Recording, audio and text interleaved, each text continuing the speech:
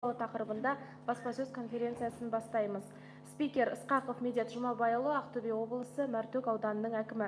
Регламентке сәйкес спикердің баяндамасына 15 минут беріледі. Баяндама аяқталғаннан кейін сұрақтарға көшеміз.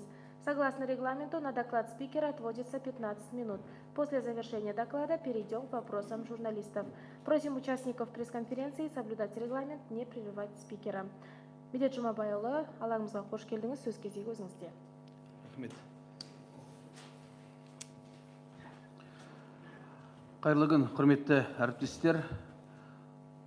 Мәртөк ауданының 2025 жылы 9 айда атқарылған жұмыстарға тоқтала кетсем, ең бірінші Мәртөк ауданы ол ауыл шаруашылық елді мекені. Мәртөк ауданында 484 ауыл шаруашылығы бар, соның 234 егін шаруашылығымен айналысады, 250-і мал шаруашылығымен айналысады. Биылғы жылы біз 158 мың гектар егін алқабын еккен болатын болсақ, соның 97 мың гектарын қазіргі таңда шауып жинап алдық. Қалғаны бұл майды дақылдар мен кукуруза, оны алдағы уақытта жинайтын болады. Мал азығы бойынша толықтай қамтамасыз етілді, 101%-ға. Және де осы ауыл шаруашылығының айналасындағы ауыл аманаты жобасы бойынша басында біз 1 миллиард 900 миллион теңгеге 334 жоба тапсырсақ, оның 1 миллиард 500 миллион теңгесіне 295 жоба мақұлданған болатын. Құрылыс саласына келетін болатын болсақ, облыс әкімінің қолдауымен ауданда бірқатар әлеуметтік маңызы бар құрылыс жобалары жүзеге асырылуда. Соның ішінде ауданымызда өнер орталығының құрылысы, заманауи өрт сөндіру депосының ғимаратының құрылысы, номер 3 жалпы орта мектебінің жапсырмалы спорт залының құрылысы, Кенсақара ауылында 100 орындық мектептің құрылысы, Достық ауылында 60 орындық мектептің құрылысы басталып, қазіргі таңда қарқынды жүріп жатыр. Айналайын балабақшасы, Құрмансай, Бөрте, Аққайын, Хазірет, Байнасай мектептеріне және көпсалалы колледжға күрделі жөндеу жұмыстары жүргізілді. Қазіргі таңда толықтай бәрі аяқталды, мектепке дайын. Саржар ауылында жайлы мектеп қолданысқа берілді, 300 орындық мектеп. Аққайын, Байтура ауылдарына жаңа дәрігерлік амбулатория салынып, оны қолданысқа бердік. Мәртөк, Жайсан ауылдарында халықтың сұрауы бойынша теміржолдан өтуге арналған жаяу жүргіншілер көпір салу бойынша жоспарлық сметалық құжаттама дайындалып, мемлекеттік сараптамаға жолданды. Автомобильдік жолдарға келетін болатын болсақ, біздің Мәртөк ауданы Батыс Европа, Батыс Қытай күретамыр жолында орналасқан, барлығы 70 километрді құрайды. Қазіргі таңда осы магистралдың 37 шақырым километрі күрделі жөндеуден өткізіліп, аяқталды. Облыстық маңызы бар жолдар бізде 131 километрді құрайды, оның 71% қанағаттарлық жағдайда.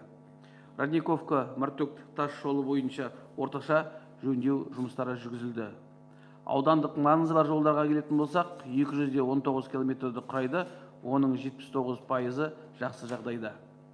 Мәртөк, Дмитриевка, Полтавка бағытындағы жол орташа жөндеуден өтті, бірақ жарты жолы Мәртөк-Дмитриевка және Мәртөк-Қаратосай жолы сапасы салуына байланысты қазіргі таңда мердігерлермен соттық процесс жүріп жатыр. Саржар ауылында 4 көшені асфальттаған болатынбыз, және олмен қоса екі жағына жаяу жүргіншілер тротуарын салған болатынбыз, қазір қолданысқа берді. Аудан орталығы Мәртөк ауылында қазіргі таңда 10 көшесіне су құбырлары өткізіліп, қиыршықтар төселіп, және олмен қосынша қазір 6 көшеге асфальт төсеу жұмыстары жүріп жатыр. Ауыз су мәселесіне келетін болсақ, бүгінгі Мәртөк ауданында 30 елді мекені бар, соның 24-і орталық тандырылған сумен қамтамасыз етілген болса, қалғандары блок модулі КБМ-мен су тазарту станциясымен жабдықталған болатын. Бүгінгі күні Хазірет және Кенсақара ауылдарында су құбырын желілерін қайта жаңарту бойынша құжаттары әзірленіп басқармаға жолданды. Қазіргі таңда қаражаттың бөлуіне байланысты бұл жұмыстар өзінің бастамасын алатын болады. По газификации в 2025 году мы провели газ в Хазрете, Жиздебай, Байнасай, Акмоласай, Шевченко, Кызылжар, Бюрте. Они уже подключены, люди сейчас пользуются газом. На следующий год мы планируем подключить газ Аккаин, Полтавка и Покровка. В данное время работы по Аккаин, Полтавка, Покровка уже начались. В этом году по Полтавке, Покровке выделили 180 миллионов. На данное время идет прокладка магистрали газопровода до поселка. На следующий год уже внутрипоселковые работы начнутся. Жұмыспен қамту саласы бойынша өңірлік картасы аясында 2650 адамды біз жұмыспен қамтуды жоспарлаған болатынбыз. Қазіргі таңда 9 айда 225 адамды жұмыспен қамтып, біз 81%-ға жетіп отырмыз. Жеке 16 бағдарламаларына сәйкес мүмкіндігі шектеулі тұлғаларға келесі әлеуметтік қызметтер көрсету, оларды санаторий курорттық сауықтырумен қамтамасыз ету және олардың барлығының толықтай керек қамтамасыз ететін құралдармен қамтамасыз етіп отырмыз. Мәртөк ауданы бойынша әйек алушы 21 адам. Енді жарыққа келетін болатын болсақ, біздің Мәртөк ауданында барлық ауылдардың бары жарықтандырылған көше жарықтандырымен. Мәртөк орталық ауылында 10 көшеміз қазір жарықтандырылмай тұр. 10 проекттік құжаттамалар дайындалып, келесі жылға олар жарықтандыру бойынша жоспарлап отырмыз. Таза Қазақстан акциясы бойынша қазіргі таңда 15 саябақ, 25 ескерткіш, 91 әлеуметтік нысан, 332 кәсіпкерлік нысан қамтылды. Барлығы 1960 тонна қоқыс шығарылды. Негізі бұл өзен жағалауда барлығы тазартылған болатын. Осы акцияға қатысқан Мәртөк ауданының тұрғындарына өз атынан алғысымды білдіремін.